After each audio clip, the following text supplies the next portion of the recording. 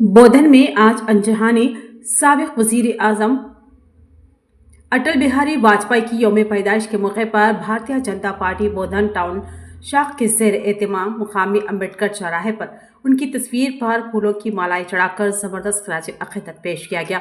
इसके बाद बोधन टाउन के सरकारी दवाखाने में ज़ेर इलाज मरीजों में फल तकसीम किए गए। इस मौके पर खिताब करते हुए बीजेपी टाउन सदर गोपी किशन ने कहा कि अटल बिहारी वाजपेयी एक अजीम दूरअंदेश कायद थे, जिन्होंने मुल्क की तरक्की के लिए नई राहें हमवार की।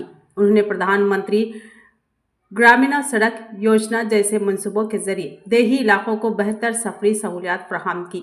उन्होंने कहा कि पोखरान एटमी तजुर्बात के जरिए वाजपेयी जी ने दुनिया को भारत की ताकत का एहसास दिलाया, जबकि कारगिल जंग के दौरान भारतीय फौज की सलाहियतों को आलमी सतह पर मनवाया। गोपी किशन ने अवाम से अपील की कि वो अटल बिहारी वाजपेयी की जिंदगी और क़यादत को अपना आइडियल बनाए।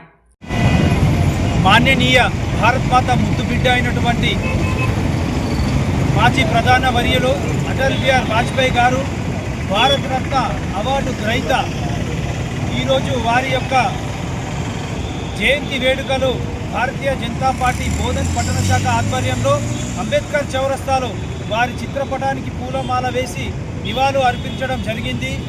ఈరోజు దేశ ప్రజలు చిరస్మరణీయంగా గుర్తించుకోవాల్సిన మహోన్నతమైన వ్యక్తి మన అటల్ బిహారీ వాజ్పేయి గారు। వారు భారతదేశం ముందు తర్వాతనే రాజకీయాలని చెప్పడం జరిగింది। ఎంతోమంది యువతకి ఆయన యొక్క మాటలతోటి ఇన్స్పిరేషన్ చేసి ఈరోజు దేశంలో ఎంతోమంది రాజకీయంగా ముందుకు రావడానికి గొప్ప వ్యక్తిత్వం ఉన్న వ్యక్తి అటల్ బిహారీ వాజ్పేయి గారు।